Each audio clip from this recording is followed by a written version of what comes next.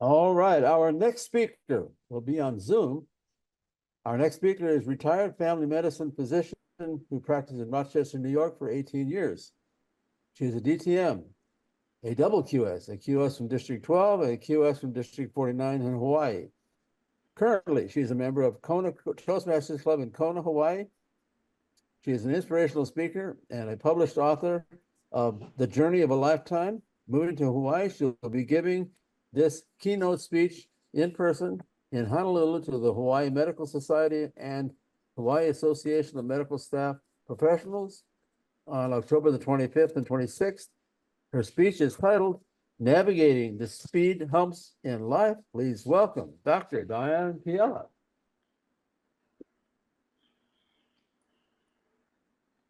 Aloha, everyone. First, before I start, can you see me and can you hear me? For the people in the audience, live and online. Online, we can hear you. Great. Yes.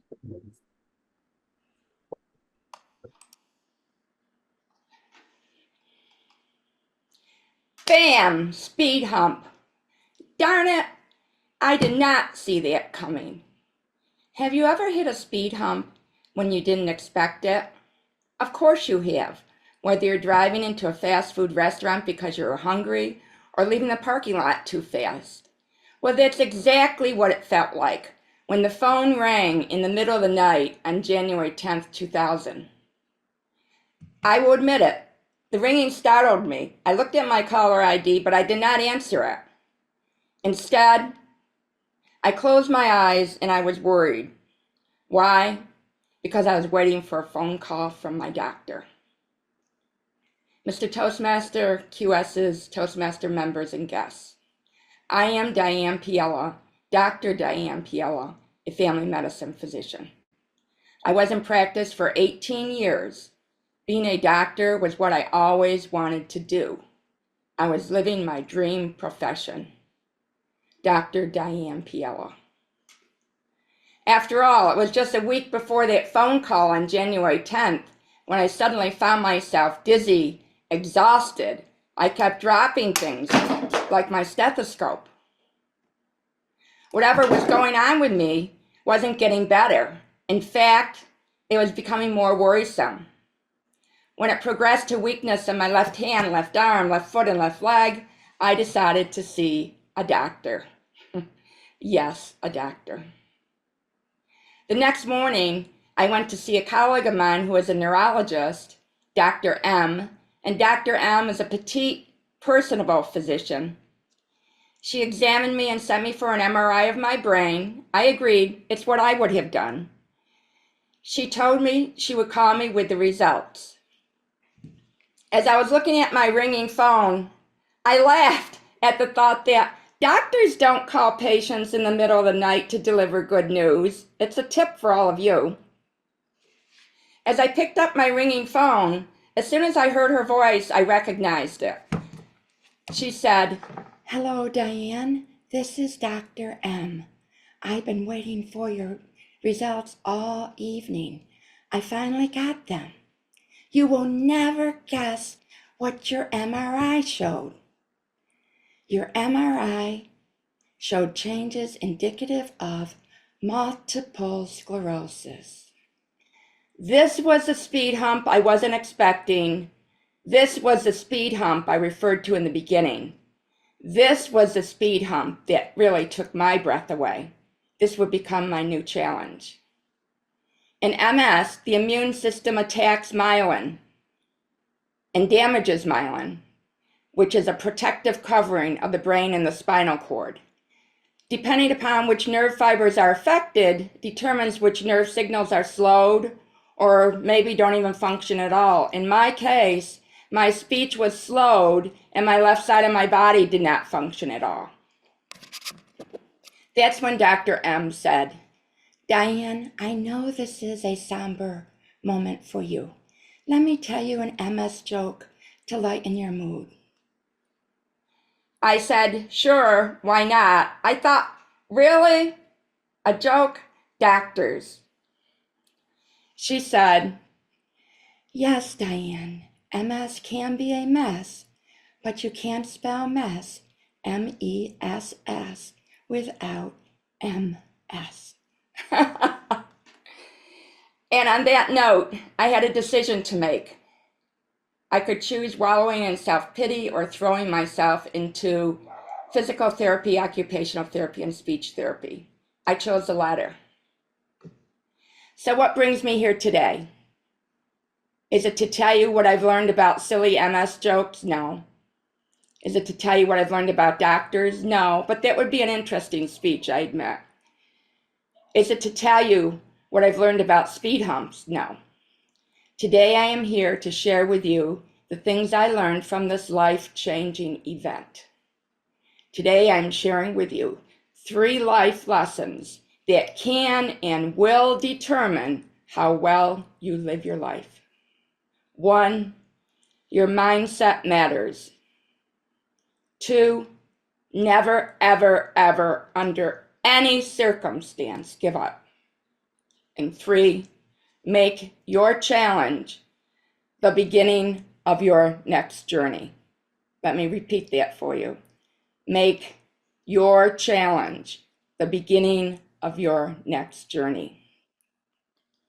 I have had a lot of speed humps in my life, but I've always been able to make it past them through to the other side. You can too.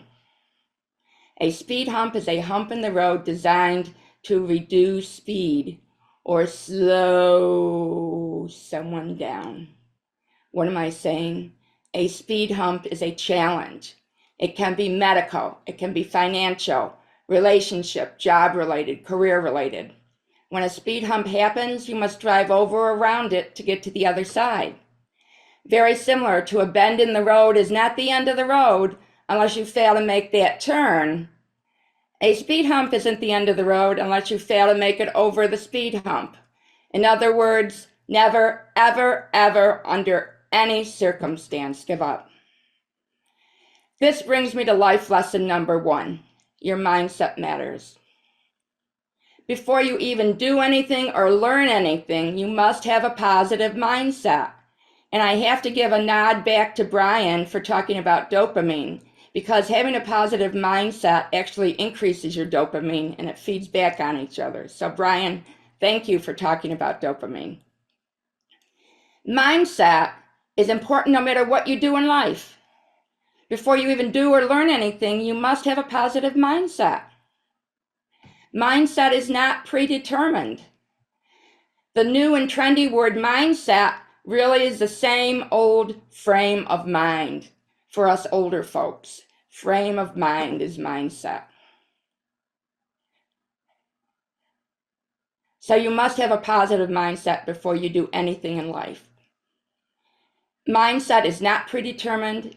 It is a choice you and I make every day of our lives. When Dr. M told me I had MS, I had the choice to make, to wallow in self-pity or throw myself into physical therapy. I chose the latter. I went through 9 months of physical therapy, occupational therapy, and speech therapy. I struggled and it wasn't easy, but I got through it. How do you think I got through it? What did I do? I surrounded myself with positive people. I found a great role model in someone I was very close to, my Uncle Stan. Uncle Stan was 69 years old when I was 43, when I was diagnosed with MS. But when my Uncle Stan was 60, he was walking along a country road and he was hit by a car going 55 miles an hour. He sustained a really bad femoral fracture and blood on the brain, subdural hematoma. He was mercy helicoptered to the hospital and he was admitted. Once he was stable, he was admitted into inpatient physical therapy and neuro rehab. He threw himself into physical therapy. What do I mean by that? If his physical therapist told him to do 10 of an exercise a day, he did 20. If a physical therapist told him to do 1 or 2 sets of an exercise a day, he did 3 sets. And guess what? He recovered 95%. I thought to myself, If Uncle Stan can do it, I can do it. If Uncle Stan could recover at 60, I knew I could recover at 43. All I had to do was put my mind to it, and I knew I could do it. Life lesson number 1 all begins up here, because what goes on in your head determines what goes on in your heart and in your life. Your mindset matters. The second life lesson I'm sharing with you today is never, ever, ever, under any circumstances, give up.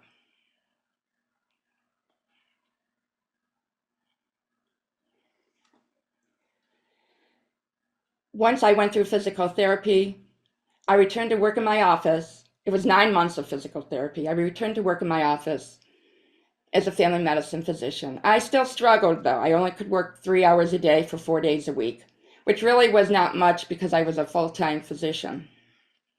But I struggled because I was so exhausted from working 3 hours.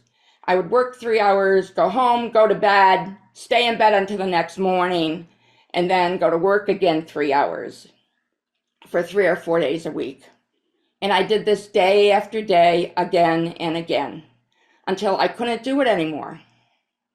9 months of that, and I truly felt like my quality of life was just terrible. I was living to work, basically living to die. So after much thought, I decided to take a medical retirement. And I had no plans to retire at the age of 43. Can you imagine yourself at 43 years old? Retiring was truly difficult for me.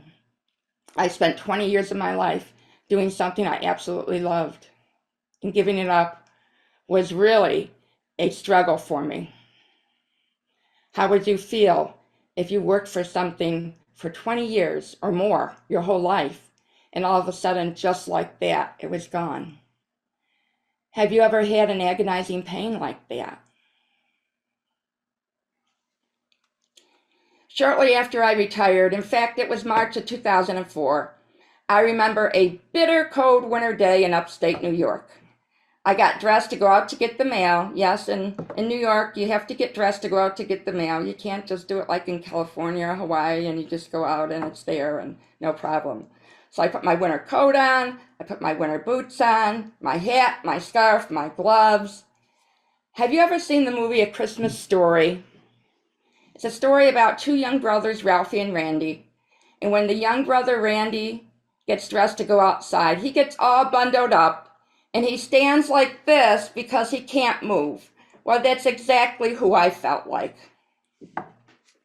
I waddled my way out of my house to my snow-covered driveway.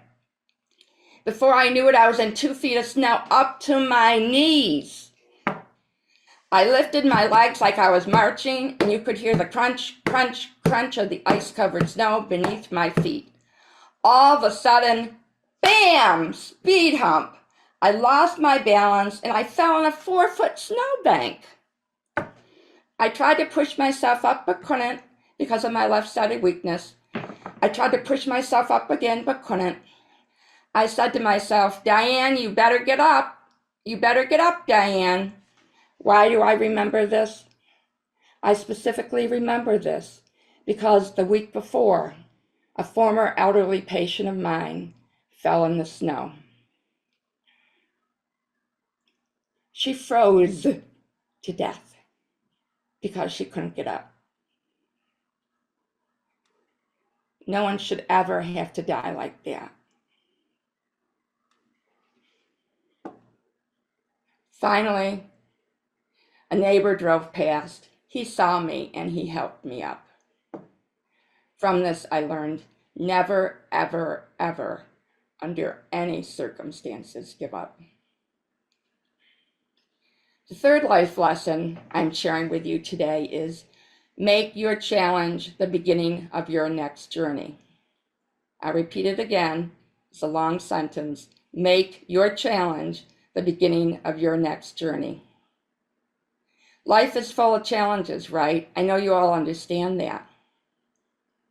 After this, I decided to move from upstate New York to Southern California, where there was no cold, no ice, and no snow. Or not in Menifee anyway. That's where I lived. I decided to move to Southern California in 2006. I settled in Southern California. And I still had my dream of moving to Hawaii, a dream I had since I graduated from medical school in 1984 and first visited Hawaii in 1984. But I put that to the side for now because I was busy doing other things. I found a new neurologist in Loma Linda, Dr. G. He examined me and sent me for MRIs of my brain and cervical spine because he wanted to make sure that my symptoms were still off from MS. Dr. G called me that night and he said, "Diane, you'll never guess what your MRI shows." Now, I don't know if all these neurologists went to the same medical school, but that is not a good way to talk to your patients. To his surprise and mine, my cervical spine MRI showed I had cervical spinal cord compression or narrowing to such a dangerous level that if I didn't have surgery, I would risk becoming paralyzed from the neck down. A neurosurgeon performed surgery, anterior cervical spine fusion, so that my spinal cord compression would not become worse. Now, during this time, I began some personal development classes, and one of the call to action was to join a Toastmasters club to become a better speaker. So I did. I did not want to limit myself to learning new skills. And you must be open to learning new skills throughout your whole life, no matter how old, 7 or 70 or 90. You got to be open to learning new skills throughout your whole life. In January of 2013, I noticed profound weakness of just my left hand and left arm, more so than what I normally had. I saw my neurologist. He ordered MRIs. This time, my cervical spine MRI showed worsening of my cervical spinal cord compression, worsening after I had the surgery in 2006. This time, my MRI of my cervical spine showed I had a screw loose. Now, my friends always said I had a screw loose. I guess they were right. I saw a neurosurgeon. He performed posterior cervical spine fusion and placed a rod in my neck to make sure that I would not have further spinal cord compression. I recovered, I went through therapy, everything was good. Later in January of 2013, I developed near paralysis of the left side of my body again for the second time. This time I found a new neurologist in California. She put my whole medical history together. She's at UCSD. She's wonderful. She sent me for MRIs, and this time the new MRI of my brain showed I had a cerebral hemorrhage or brain bleed in the exact same area of my brain affected by my MS. That's why my symptoms were very similar. I recovered and I went through therapy.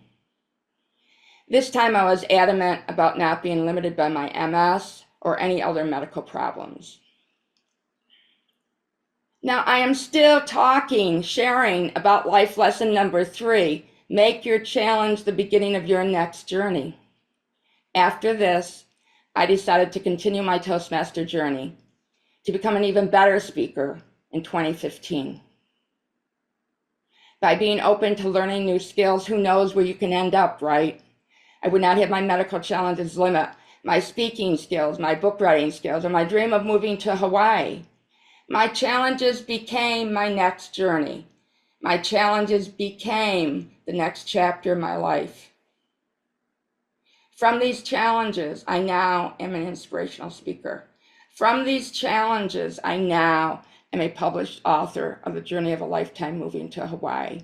From these challenges, I now live in Kona, Hawaii. Yes, it took me 34 years to get here, but I'm here and I'm happy. So life is full of challenges. You know that. Based on the stories I have just shared with you, I have 3 takeaways for you. 1, attitude and perspective. 2, resilience and perseverance. And 3, embrace life's challenges. I call it R, A-R-E, attitude, resilience, and embrace. The first takeaway, attitude.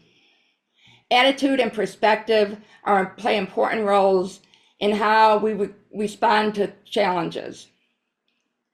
By consciously thinking that our speed humps are temporary instead of permanent, we can maintain a sense of hope and motivation for the future. By consciously thinking that our speed humps are temporary instead of permanent, we can avoid getting stuck in negative thinking and self-doubt. By consciously thinking that our speed humps are temporary and not permanent, we can adopt a growth mindset, which means just that challenges are mere opportunities for learning and development. Second takeaway, resilience and perseverance. Resilience, and Ralph talked about this, so thank you, Ralph, a nod to the resilience and your mental toughness that you talked about. Resilience comes in all shapes and sizes. Resilience is the ability to adapt to adjust to recover from challenges. Resilience and perseverance are essential to navigate life's speed humps. When faced with challenges, as we discussed, 1, having a positive mindset is important. Focus on the solutions, not the problems or the challenges. Refusing to give up is important, even when it seems insurmountable. That's perseverance. Asking for help or asking for support. If there's anything I learned in Toastmasters, it's ask for help. And usually you'll get it. And 4th, learn from your mistakes and make them stepping stones towards your success. With resilience and perseverance, you can develop the mental toughness and the determination to overcome your speed humps. Third takeaway, E, embrace life's challenges. As we said, life's challenges, or I refer to them as speed humps, can be thought of as opportunities for learning and development. By accepting these challenges rather than resenting them, you can develop valuable skills like adaptability, problem solving, self-awareness. By accepting these challenges rather than resenting them, you can have a more optimistic approach. By accepting these challenges rather than resenting them, you can develop greater resilience and a sense of accomplishment in overcoming your speed humps. I started out today by asking some very important questions. Perhaps you have had something huge and unexpected happen in your life. Perhaps you do have a hard time getting into a positive mindset from time to time. It happens to all of us. Perhaps you do feel like giving up from time to time. It also happens to all of us. Perhaps now is the time to make your challenge the beginning of your next journey. You may have speed humps in life. It happens. Drive over or around them until you're on the road to your destination again. As you leave here today, 1, your mindset matters. Think and believe you can, and you can. Remember, attitude, A. 2, never, ever, ever, under any circumstance, give up. I am living proof you can't overcome. Remember, R, resilience. 3, make your challenge the beginning of your next journey. In fact, don't be held down or limited by your challenge or disability in life. Embrace life's challenges. There's your ARER, attitude, resilience, and embrace. I guarantee if you do these 3 things, you will overcome the speed humps in your life. Mr. Toastmaster.